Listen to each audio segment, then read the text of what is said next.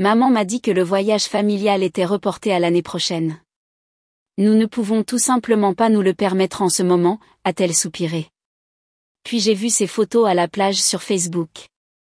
Le temps en famille n'a pas de prix non plus, a-t-elle écrit. Je n'ai pas répondu. Quand ils sont rentrés à la maison la semaine suivante, le message est arrivé tard dans la nuit. Chérie, il faut qu'on parle du voyage.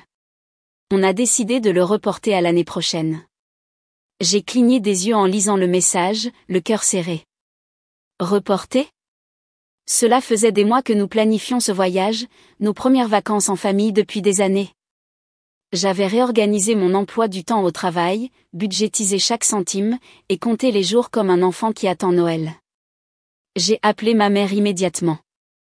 Elle a soupiré en répondant, « Alissa, je sais que tu es déçue, mais les temps sont durs en ce moment. Nous ne pouvons pas nous le permettre. » J'ai dégluti. Je comprenais les problèmes d'argent, vraiment.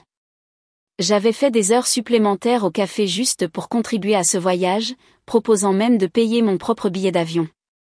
Mais quelque chose dans sa façon de le dire, comme si la décision était déjà prise, comme si mes sentiments n'avaient pas d'importance, m'a fait l'effet d'une gifle.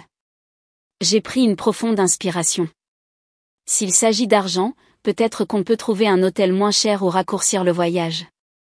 Elle a hésité, une fraction de seconde, mais je l'ai entendue. Alissa, dit-elle doucement, ce n'est tout simplement pas le bon moment. On le fera l'année prochaine, je te le promets. Une promesse que j'aurais dû savoir ne pas croire. 2 jours plus tard, je parcourais Facebook pendant ma pause déjeuner quand mon estomac s'est noué. C'était là, une photo de ma mère et de mon père sur une plage. Mon cœur battait la chamade alors que je fixais l'écran. Peau hâlée, boisson à la main, l'océan s'étendant derrière eux, scintillant sous le soleil de l'après-midi. J'ai dégluti et fait défiler vers le bas. D'autres photos, mon frère, Jake, posant avec sa petite amie sur un bateau, mes parents dans un restaurant de fruits de mer, souriant devant des assiettes de homard. Et puis la légende qui m'a glacé le sang, le temps en famille n'a pas de prix. Le temps en famille, sauf que je n'y étais pas parce que, selon eux, le voyage avait été reporté. J'ai verrouillé mon téléphone et suis resté figé au comptoir du café, l'esprit en ébullition. Je voulais croire qu'il y avait une explication. Peut-être un truc de dernière minute pour le travail. Peut-être que quelqu'un leur avait offert le voyage. Mais au fond de moi, je connaissais la vérité. Ils n'avaient rien reporté du tout. Ils avaient simplement décidé que je n'en faisais pas partie. Ce soir-là, je n'ai pas appelé ma mère. Je n'ai pas répondu à la publication. À la place, j'ai regardé en silence d'autres photos arriver les jours suivants. Ils ont fait de la plongée avec tuba. Ils ont fait des feux de camp sur la plage. Ils ont créé des souvenirs sans moi. Et en regardant chaque image, quelque chose en moi a changé. Il ne s'agissait pas seulement du voyage. Il s'agissait de toutes les fois où j'avais été reléguée au second plan, de tous les anniversaires qu'ils avaient oubliés, de toutes les fêtes où mes cadeaux étaient une pensée après coup alors que Jake obtenait exactement ce qu'il voulait, de toutes les fois où j'avais fait des sacrifices pour eux mais où ils n'avaient jamais fait de même pour moi. J'ai serré la mâchoire et pris une profonde inspiration. Ils pensaient que je serais trop blessée pour dire quoi que ce soit, que je laisserais simplement couler. Mais cette fois, j'en avais fini d'être l'oublié. Ils ne savaient pas que j'avais vu les photos, alors quand ils sont rentrés une semaine plus tard, je les attendais, et j'avais un plan. J'ai entendu le taxi entrer dans l'allée et j'ai observé depuis la fenêtre de la cuisine ma mère, mon père et Jake en sortir, traînant leurs valises derrière eux. Ils avaient l'air fatigués mais heureux, bronzés par le soleil de leur voyage, reporté. J'ai serré la mâchoire, me forçant à rester calme. Ils ne savaient pas que j'avais vu les photos, pas encore. La porte d'entrée s'est ouverte et ma mère a été la première à me voir. « Alissa » a-t-elle dit, la voix trop enjouée. « Oh, ma chérie, tu m'as manqué. Comment vas-tu » J'ai croisé les bras. « Occupée » ai-je dit sèchement. Mon père est entré derrière elle, posant ses valises. « C'est bien. Comment va le travail » J'ai laissé échapper un rire court et amer. « Le travail ?» C'est tout ce que j'avais fait. Travailler et faire défiler les photos en faisant semblant de ne pas exister pour eux. Jake a bâillé en s'étirant. « Mec, je suis crevé. Voyager, ça vous épuise. Il s'est tourné vers moi avec un sourire narquois. J'espère que tu as tenu la baraque pendant notre absence. Mes yeux se sont posés sur lui. Pendant notre absence, comme si c'était normal, comme si tout allait bien, comme si je n'avais pas passé la dernière semaine à ressasser leur trahison encore et encore. J'ai pris une profonde inspiration. Fini de faire semblant. Je me suis tournée vers ma mère, la voix étrangement calme. Alors, c'était comment le voyage? Elle a cligné des yeux, hésitante. Oh, eh bien, tu sais, on avait juste besoin d'une petite escapade, rien de trop spécial. Menteuse. J'ai sorti mon téléphone, l'ai déverrouillé et j'ai tourné l'écran vers eux. L'album photo, le selfie sur la plage, la balade en bateau, le dîner chic, et la légende qui m'a de nouveau retourné l'estomac, le temps en famille n'a pas de prix. J'ai penché la tête. Ça m'avait l'air spécial. Silence. Un silence épais et lourd. Puis ma mère a laissé échapper un rire nerveux. Alissa, Ma voix était tranchante, froide. Non, c'est tout. Mon père s'est éclairci la gorge. Écoute, chérie, ce n'était pas. Arrêtez, ai-je dit, la voix s'élevant. Dites-moi simplement la vérité. Vous n'avez jamais reporté le voyage. Vous ne vouliez tout simplement pas de moi. J'ai vu la culpabilité traverser le visage de ma mère, mais elle l'a rapidement masquée par une faible excuse. Ce n'était pas ça, chérie. On pensait juste. Quoi? Que je ne m'en rendrais pas compte, ai-je rétorqué. Que je ne verrais pas les photos? Que je serais assez stupide pour croire à votre mensonge? Jake a gémi en levant les yeux au ciel. Mon Dieu, Alissa. Tu vas vraiment en faire toute une histoire? C'était juste un voyage. Juste un voyage, les mots m'ont frappé comme une gifle. Un voyage que j'avais planifié, pour lequel j'avais économisé, dont j'étais censé faire partie. J'ai secoué la tête.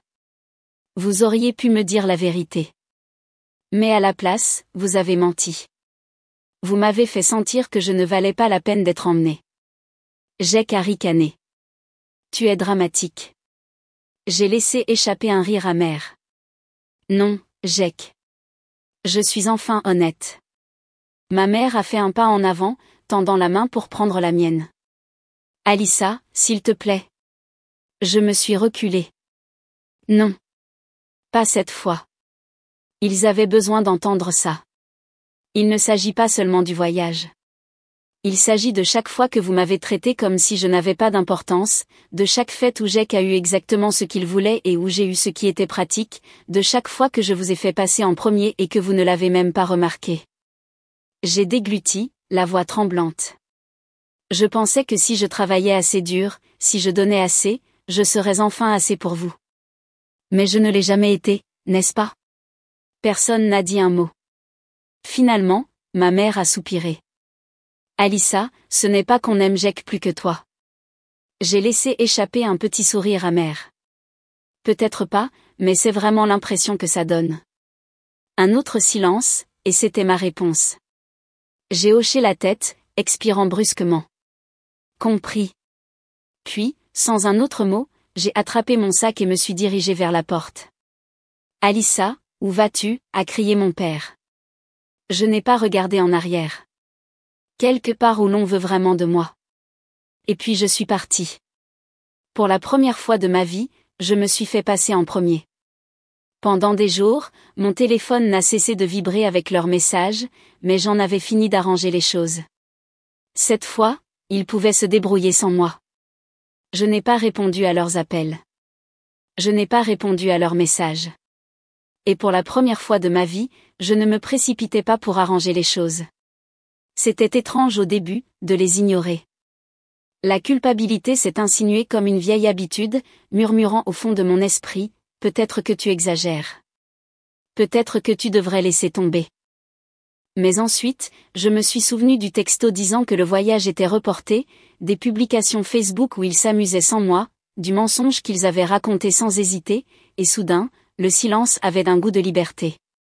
Au 5e jour, leur message avait changé. Au début, ils avaient été fermes et dédaigneux, essayant de reprendre le contrôle de la situation. Maman, Alyssa, il faut qu'on en parle. Tu fais de cette histoire un problème plus grand qu'il ne l'est. Papa, nous ignorer ne changera rien. Appelle ta mère. Jake, bon sang, Alyssa, passe à autre chose. Tu agis comme une enfant. J'ai levé les yeux au ciel. Classique. Il n'était pas désolé. Il voulait juste que j'arrête de les mettre mal à l'aise. Mais quand je n'ai pas répondu, le ton de leur message a changé. Maman, chérie, s'il te plaît, tu nous manques. On n'a jamais voulu te faire de mal. Papa, on aurait dû gérer les choses différemment. Parlons-en. Et puis celui qui a failli m'avoir. Maman, Alyssa, je me sens horriblement mal. Je ne peux pas dormir en sachant que tu es fâchée contre nous. Pendant un bref instant, j'ai presque répondu, presque. Mais ensuite, je me suis posé une question, si je n'avais jamais vu les photos, m'aurait-il jamais dit la vérité? Se serait-il senti coupable du tout? La réponse était douloureusement claire. Alors j'ai verrouillé mon téléphone et j'ai laissé le silence continuer. Ce n'était pas facile. J'avais passé des années à être celle qui faisait le premier pas, celle qui arrondissait les angles, celle qui leur trouvait des excuses. Alors rester assise dans le silence, maintenir ma limite, semblait contre nature au début. Mais au fil des jours, j'ai réalisé quelque chose. Ils ne me contactaient pas parce que je leur manquais. Ils me contactaient parce que le rôle que je jouais dans leur vie leur manquait, celle qui arrangeait tout, la pacificatrice, la pensée après coup qui ne faisait jamais de vagues. Et maintenant que je refusais d'être cette personne, ils ne savaient pas quoi faire. Une semaine après leur retour, j'ai fait quelque chose que je n'avais jamais fait auparavant. J'ai réservé un week-end pour moi toute seule. Rien d'extravagant, juste un chalet tranquille dans les montagnes, loin de tout. J'ai fait un sac, attrapé mes clés et suis partie sans dire à personne où j'allais. Pour une fois, je ne demandais pas la permission. Je n'attendais pas d'être incluse.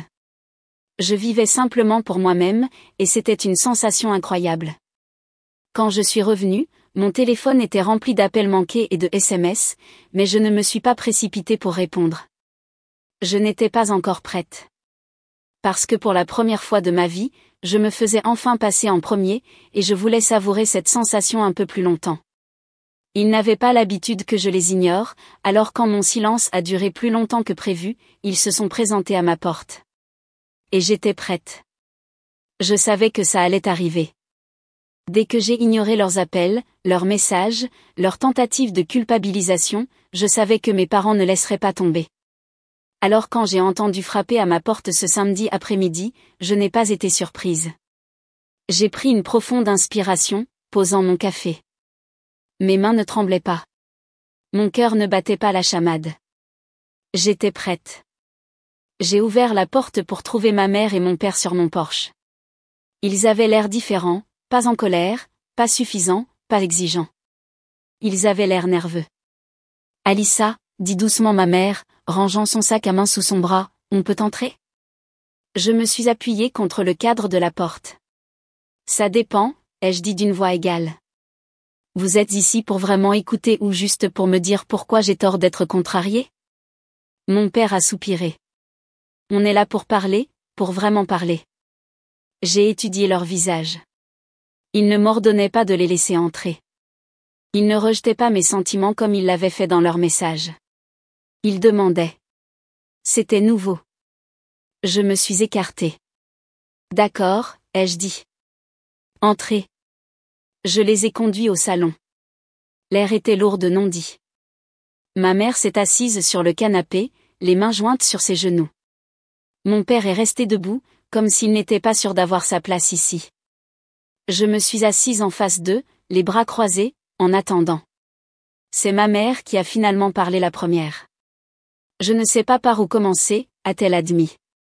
La vérité est un bon point de départ, ai-je dit sèchement. Elle a tressailli. Mon père a expiré par le nez. On a tout gâché. J'ai cligné des yeux. Je ne m'attendais pas à ce qu'ils disent ça. Ma mère a regardé ses mains. Alyssa, quand on a dit que le voyage était reporté, c'était un mensonge. Pas d'excuses, pas de détour, juste la vérité. J'ai dégluti, la gorge serrée. Pourquoi? Elle a hésité, puis a finalement dit, on pensait que ce serait plus facile. Plus facile. Exactement comme elle me l'avait envoyé par texto. J'ai serré la mâchoire. Plus facile pour qui? Silence. Pour vous? Pour Jack, ai-je insisté. J'ai laissé échapper un rire amer. Parce que ce n'était certainement pas plus facile pour moi. Mon père s'est passé une main sur le visage. On ne pensait pas que ça te ferait autant de mal. J'ai ricané. Vous n'avez pas réfléchi du tout. La voix de ma mère s'est brisée. On pensait que tu comprendrais. Comprendre? Le même mot qu'ils avaient utilisé dans leur message, le mot qui ne signifiait rien. Je me suis penchée en avant. Dites-moi la vérité. Si je n'avais pas vu ces photos, me l'auriez-vous jamais dit? Aucun d'eux n'a parlé. C'était ma réponse. J'ai ravalé la boule dans ma gorge et forcé ma voix à rester stable. Avez-vous la moindre idée de ce que ça fait? De vous voir tous vous amuser sans moi? De savoir que je n'ai même pas été prise en considération? Les yeux de ma mère brillaient de culpabilité. Alyssa, on t'aime. J'ai secoué la tête. On ne traite pas les gens qu'on aime comme ça. Mon père a soupiré, se frottant la nuque. On t'a laissé tomber, ma chérie. On aurait dû être honnête. Je les ai regardés fixement, puis ma mère. Pourquoi êtes-vous vraiment ici, ai-je demandé. Pour vous excuser ou pour vous sentir mieux vous-même? Ils ont hésité, puis ma mère a dit, les deux. Au moins, c'était honnête. Nous sommes restés assis en silence pendant un long moment. Finalement, ma mère a dit, je ne sais pas comment réparer ça. J'ai expiré lentement, sentant le poids de toutes ces années passées au second plan. Et j'ai réalisé quelque chose. Je n'avais pas besoin qu'il répare ça. J'avais juste besoin qu'il comprenne que ce ne serait plus jamais pareil. Je ne sais pas non plus, ai-je admis. Mais je sais une chose, ce ne sera pas à moi de le réparer pour vous. Mon père a hoché la tête, lentement, avec compréhension. Ma mère a essuyé ses yeux. Qu'est-ce qu'on fait maintenant? J'ai croisé son regard. Ça dépend de vous. Il pensait qu'une excuse suffirait, mais les excuses n'effacent pas des années à être traitées comme une pensée après coup. Cette fois, ils devaient prouver qu'ils étaient prêts à changer. Les excuses étaient faciles. Le changement, c'était la partie difficile. Après le départ de mes parents ce jour-là, je ne me suis pas sentie soulagée. Je n'ai pas eu l'impression que quoi que ce soit avait été vraiment réparé. Ils avaient admis leur erreur. Ils s'étaient excusés. Mais j'avais déjà entendu des excuses. Ce sont leurs actions qui avaient toujours raconté une histoire différente.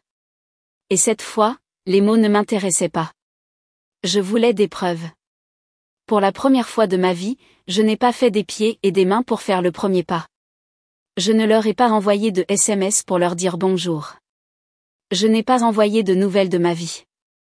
Je n'ai pas pris contact pour voir s'ils avaient besoin de quelque chose.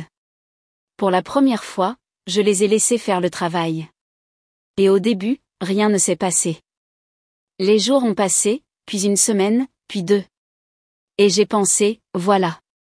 C'est la preuve dont j'avais besoin. Si ce n'est pas moi qui fais l'effort, il n'y a pas d'effort. J'aurais dû le savoir. J'aurais dû m'y attendre. Mais d'une manière ou d'une autre, ça faisait quand même mal. Ce n'est qu'à la 3e semaine que les choses ont commencé à changer.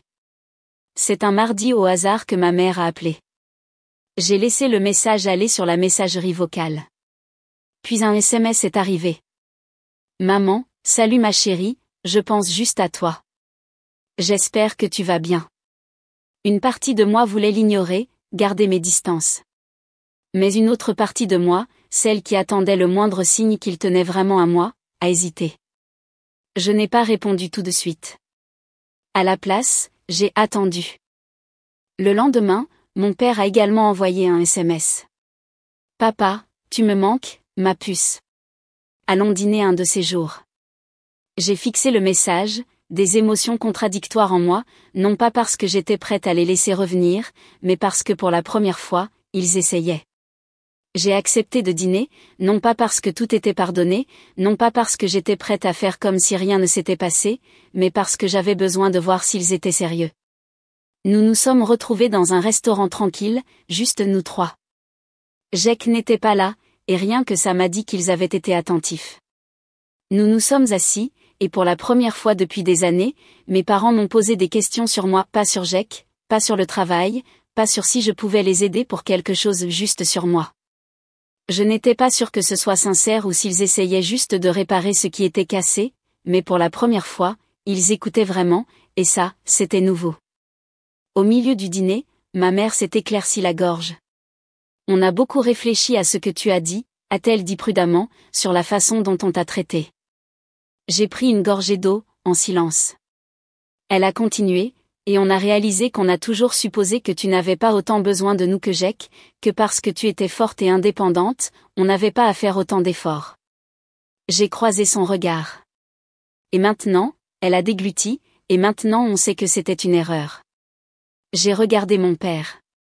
Il a hoché la tête. On le voit maintenant, Alyssa, on le voit. Pendant un moment, je n'ai pas su quoi dire. Parce que c'étaient les mots que j'avais attendus toute ma vie, et pourtant, une partie de moi n'y croyait toujours pas, pas encore. Quand le dîner s'est terminé, quelque chose avait changé, pas de manière spectaculaire où tout est réparé, mais d'une manière où peut-être cette fois ils sont vraiment sérieux.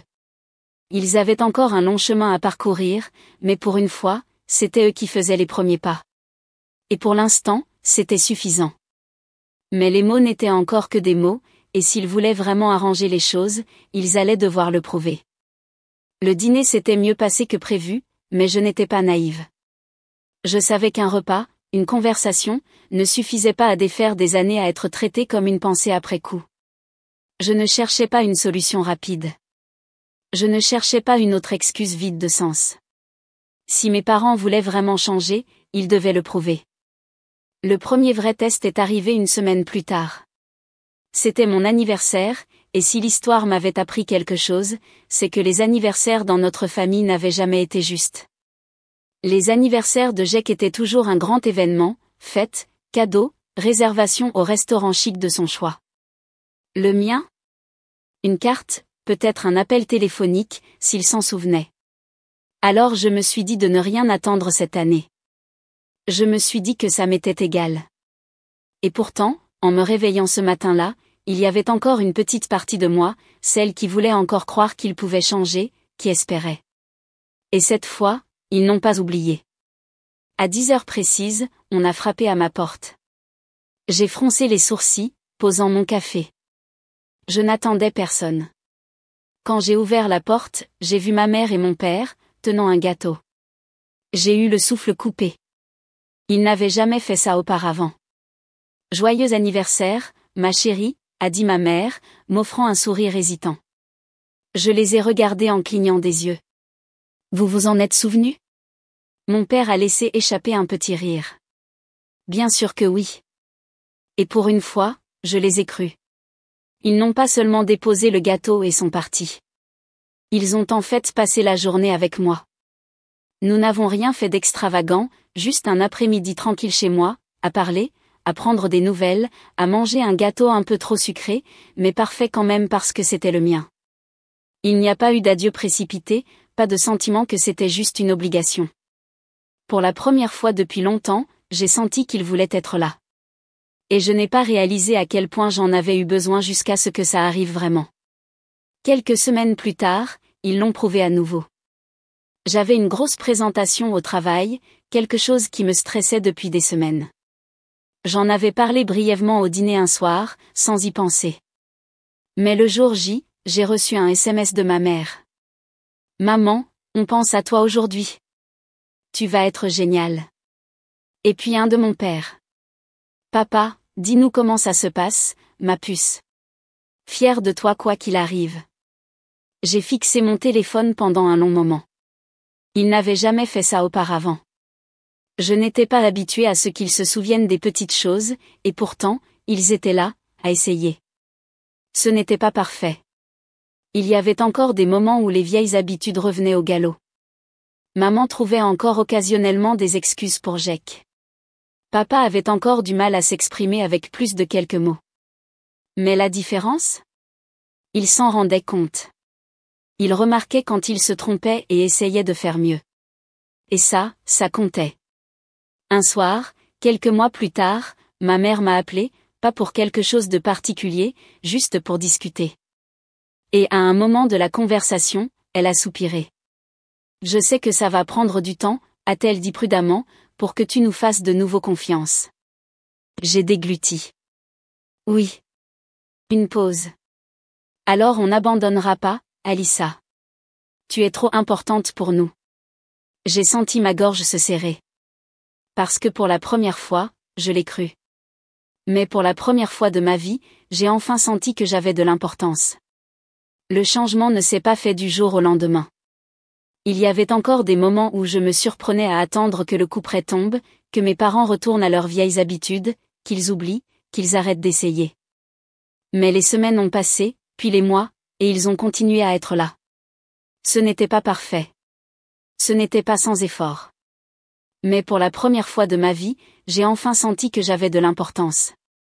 Un soir, j'étais assise sur ma terrasse arrière, sirotant un thé, quand mon téléphone a vibré. C'était maman, pas une excuse, pas une tentative de culpabilisation, juste un simple SMS. Maman, je pense à toi. Comment se passe ta semaine? J'ai fixé l'écran, sentant quelque chose de chaud s'installer dans ma poitrine. Parce que ce message n'aurait pas existé il y a un an. Quelques semaines plus tard, j'ai eu une autre surprise. J'avais économisé pour un voyage, des vacances en solo juste pour moi. Je n'en avais pas beaucoup parlé à ma famille, principalement parce que je ne voulais pas avoir affaire à leurs opinions. Mais un soir au dîner, mon père a demandé, « Alors, c'est quand on voyage ?» J'ai cligné des yeux. « Tu t'en es souvenu ?» Il a souri. « Bien sûr. C'est l'Italie, c'est ça ?» Ma mère a hoché la tête. « En fait, on en parlait l'autre jour. Tu as besoin d'aide pour quelque chose? Faire tes valises? Planifier? » Je les ai étudiées attentivement, attendant un piège. Mais il n'y en avait pas. Ils n'offraient pas parce qu'ils voulaient quelque chose en retour. Ils offraient parce qu'ils voulaient faire partie de ma vie. Et ça, c'était nouveau. La veille de mon vol, j'ai reçu un SMS de Jack. J'ai failli ne pas l'ouvrir, mais la curiosité l'a emporté. Jack, maman ne le dira pas, mais elle a peur que tu voyages seule, tu sais comment elle est. J'ai levé les yeux au ciel. Typique. Puis un autre message est arrivé. Jack, tu le fais vraiment, Liv. Tu vis ta vie selon tes propres termes. J'ai hésité avant de répondre. Moi, oui, c'est ce que je fais. Il y a eu une longue pause avant que son dernier message n'arrive. Jack, c'est plutôt badass, sœurette. En descendant de l'avion à Rome, j'ai ressenti tout le poids de l'année écoulée. J'avais passé une si grande partie de ma vie à attendre que mes parents me voient, à attendre d'être incluse, à attendre le jour où je ne me sentirais plus comme une pensée après coup. Mais je n'attendais plus. Je me choisissais moi-même. J'avais construit une vie où je n'avais pas à courir après leur approbation. Et d'une certaine manière, en faisant cela, ils avaient enfin appris à être là pour moi. Quelques jours après le début de mon voyage, j'étais assise dans un café quand mon téléphone a vibré. Un message de groupe. Maman, on vient de voir tes dernières photos. Rome a l'air incroyable. Appelle-nous bientôt, tu nous manques. J'ai souri, non pas parce que j'avais besoin de leur approbation, mais parce que pour la première fois, ils ne se contentaient pas de dire les mots, ils les pensaient vraiment. Et pour la première fois de ma vie, c'était suffisant. On ne devrait pas avoir à supplier pour de l'amour. On ne devrait pas avoir à se battre pour être inclus. Et si les gens autour de vous ne voient pas votre valeur, choisissez-vous vous-même. Parce que parfois, c'est quand on cesse d'attendre d'être vu que les autres finissent par vous remarquer. Le dîner s'était mieux passé que prévu, mais je n'étais pas naïve. Je savais qu'un repas, une conversation, ne suffisait pas à effacer des années à être traité comme une pensée après coup. Je ne cherchais pas de solution miracle. Je ne cherchais pas d'autres excuses vides de sens. Si mes parents voulaient vraiment changer, ils devaient le prouver. Le premier vrai test est arrivé une semaine plus tard. C'était mon anniversaire, et si l'histoire m'avait appris quelque chose, c'est que les anniversaires dans notre famille n'avaient jamais été justes. Les anniversaires de Jake étaient toujours un grand événement, fêtes, cadeaux, réservations au restaurant chic de son choix. Le mien? Une carte, peut-être un coup de fil, s'il s'en souvenait. Alors je me suis dit de ne rien attendre cette année. Je me suis dit que ça m'était égal. Et pourtant, en me réveillant ce matin-là, il y avait encore une petite partie de moi, celle qui voulait encore croire qu'il pouvait changer, qui espérait. Et cette fois, ils n'ont pas oublié. À 10 heures précises, on a frappé à ma porte. J'ai froncé les sourcils, posant mon café. Je n'attendais personne. Quand j'ai ouvert la porte, j'ai vu ma mère et mon père, un gâteau à la main. J'ai eu le souffle coupé. Ils n'avaient jamais fait ça auparavant.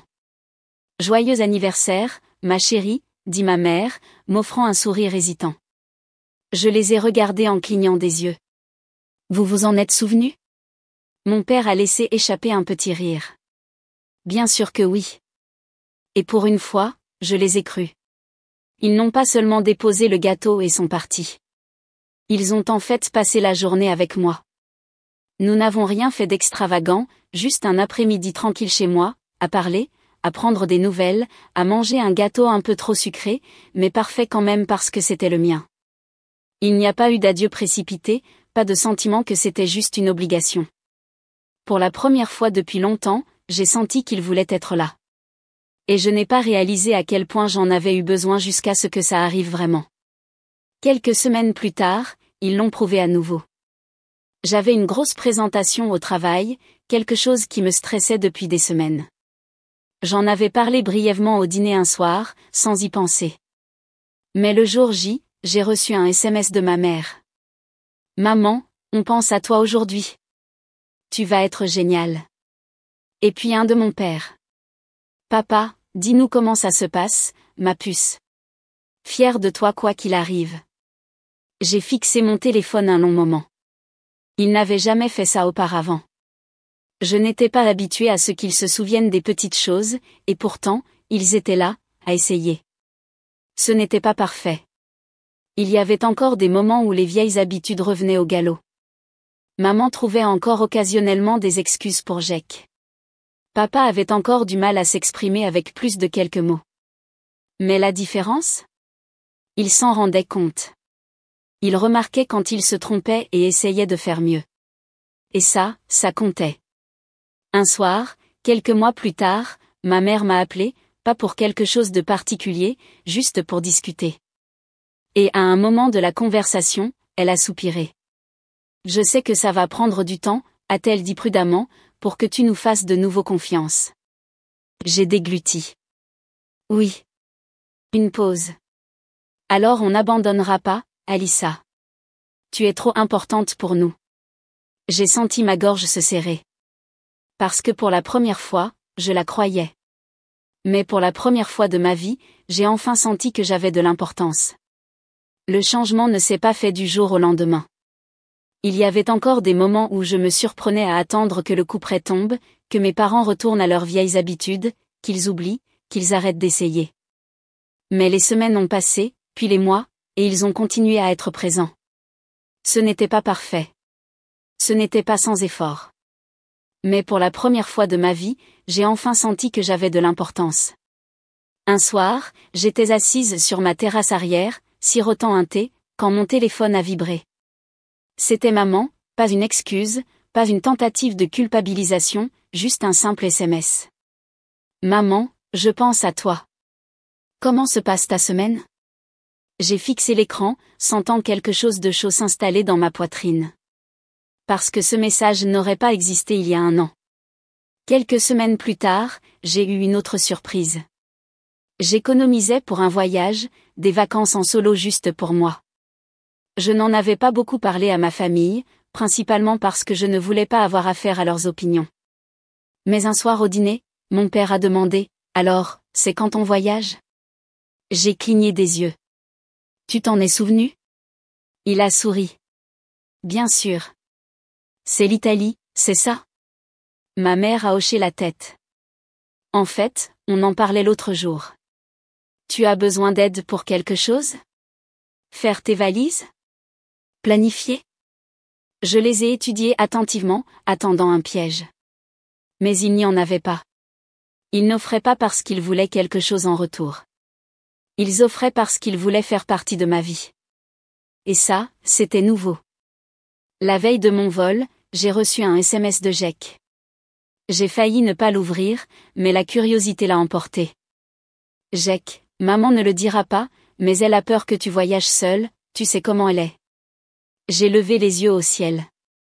Typique. Puis un autre message est arrivé. Jack, tu le fais vraiment, Liv. Tu vis ta vie selon tes propres termes. J'ai hésité avant de répondre. Moi, oui, c'est ce que je fais.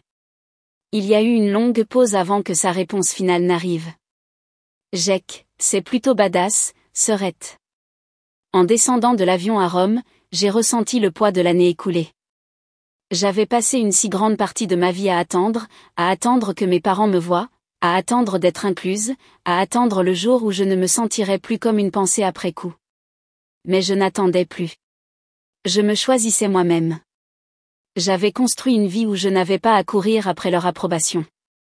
Et d'une certaine manière, en faisant cela, ils avaient enfin appris à être présents pour moi.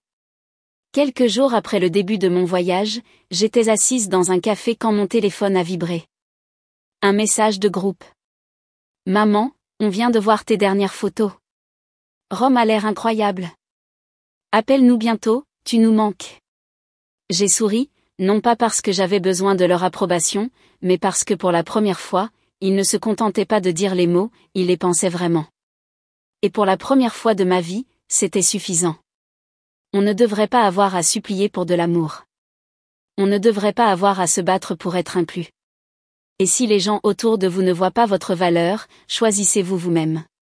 Parce que parfois, quand on cesse d'attendre d'être vu, c'est là qu'ils finissent par vous remarquer.